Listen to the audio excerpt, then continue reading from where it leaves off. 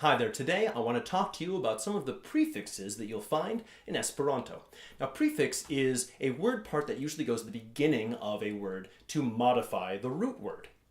Esperanto is an agglutinative language. That means you're often putting multiple root words together to create a larger word for a given situation. For example, lerni is to learn, libro is a book. But you could say lernolibro as one word. That would mean a learning book or a textbook. Now, that doesn't mean that lerni is suddenly a prefix. No, it's its own thing. We just borrowed it for a second for this scenario, and then we'll give it back.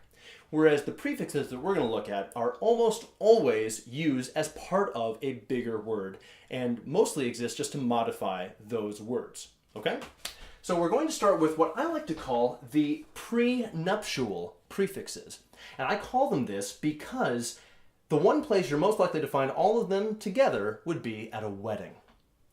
So they include bo, meaning an in-law, ex, meaning emeritus, or the previous holder of a title, phi, meaning immoral or nasty, ge, meaning inclusive of both sexes, and pra, meaning ancient. Here's a sample sentence you might say is found at a wedding. Miai gepatroi ex edzino kai bofrato discutis mian pra avinon antau la fionclo. My parents, ex-wife, and brother-in-law discussed my great-grandmother in front of the disgusting uncle. Okay, where else could you say something like that except at a wedding? Let's look at them individually, more close up. Starting with bo. Bo means an in-law, okay? And it can be applied to places that we don't normally apply it in English. For example, patrino is mother, bo patrino, mother-in-law. But you'd also say bo cuso, a cousin-in-law, or bo onclino, an aunt-in-law. Okay, so anytime you want to point out the in-law relationship, you can just tack that onto the beginning of a family relationship word, and they'll understand what kind of relationship you have with that person. A great way to remember this is that the bro of your beau is your beau frato.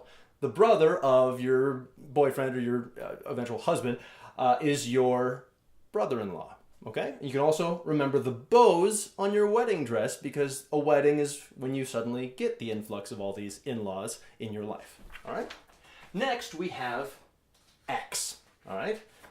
Ex means the previous holder of a title, most commonly seen with an ex-wife or an ex-husband, right? And it's used in the same way that we use ex, all right? Although we spell it differently. We don't have the letter X in Esperanto, so we have to use the KS to get the same sound. So edzo is husband, ex-edzo is ex-husband.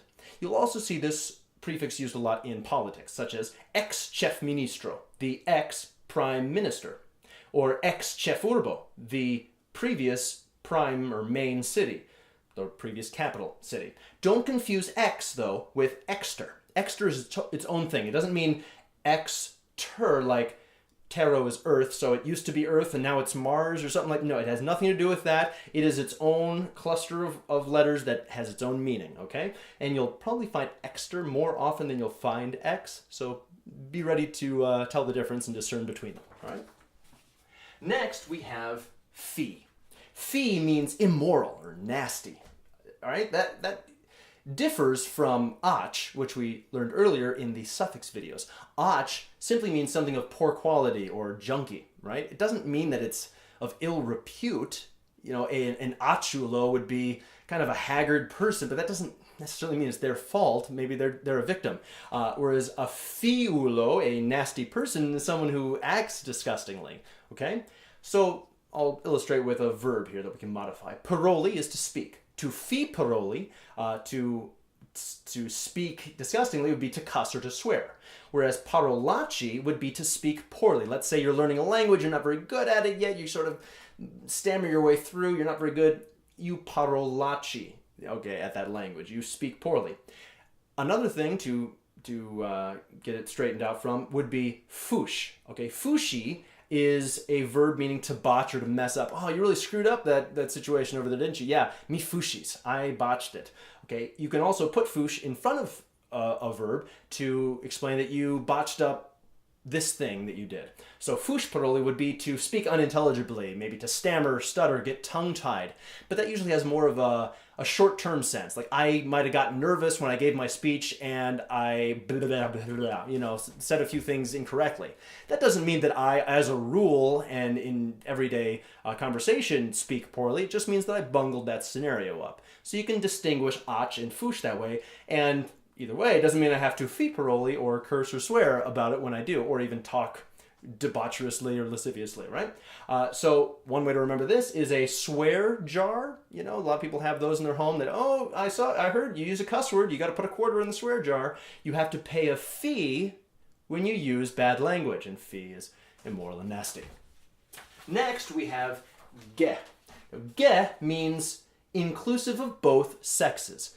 And so it's a more general way of saying something, because some of these root words are specific in their meaning. For example, frato means a brother. Fratino means a sister. Okay? So if you want to say either or, it could be a brother or a sister, it could be a sibling, then you'd say gefrato. So it could be either one. Patroi would mean fathers, specifically. Patrinoi would be mothers in a group. Gepatroi would be both of them, parents. Okay? Edzino would be Edzino would be a wife, edzo would be a husband, ge-edzo would be a spouse, could be a husband or a wife. And one way to remember the ge prefix is thinking of the parent trap, where two ge-edzoi, technically two ex-ge-edzoi, because they're no longer married, they got divorced, are brought back together again by two siblings, two gefratoi. And what is it that those gefratoi sing to their parents? They sing, "Let's get together, yeah, yeah, yeah. Why don't you and I combine both sexes at the same time, you know? Let's get together, what do you say? We can have swinging time, we'll be a crazy team. Why don't we make a scene together, yeah, yeah, yeah, hey." If you can't remember ge after that, well, that's your own fault. Finally, we have pra. Pra means ancient, okay, or related to a predecessor of some sort. Avo is a grandfather. Pra-avo would be a great-grandfather. Pra-pra-avo would be a great-great-grandfather, so you can stack it like that as well. Prahistoria would mean prehistoric, so prahistoria besto would be a prehistoric animal. Pra-a, used by itself there, although you do have to add an extra a if you are using it adjectively. Pra-rito would be an ancient ritual or an ancient rite, okay? Pra-Esperanto would refer to Proto-Esperanto, which is the language that Zamenhof created before settling on Esperanto, okay? So if you need the prefix proto, like a prototype, you could dip in and use pra that way. Don't confuse this with pravi. Okay? Pravi means to be correct. So if you said something correct or you were right about something, I'd say, oh, vi pravas, you're right. So a prava respondo would be a correct response, but a praava respondo would be a great-grandfather response, if that's even a thing. So you see the difference. Each letter makes a big change in what you're saying. Don't confuse this also with antau. Antau means before. So we said prehistoric. Well, don't accidentally go, oh, well, if I need pre, I'll just use pra anywhere I see it. No, no, no. So a preface to a book would not be the pra parolo, it would be the antau parolo. It's right before the main book. It's not the predecessor version of the book or an ancient speech or anything like that. It's the antau parolo, okay? So that is pra. And those are your first 5 prefixes in Esperanto. Have fun with those, and tune in for more. We'll have the other 5 very shortly. Thank you for watching, and have a wonderful day.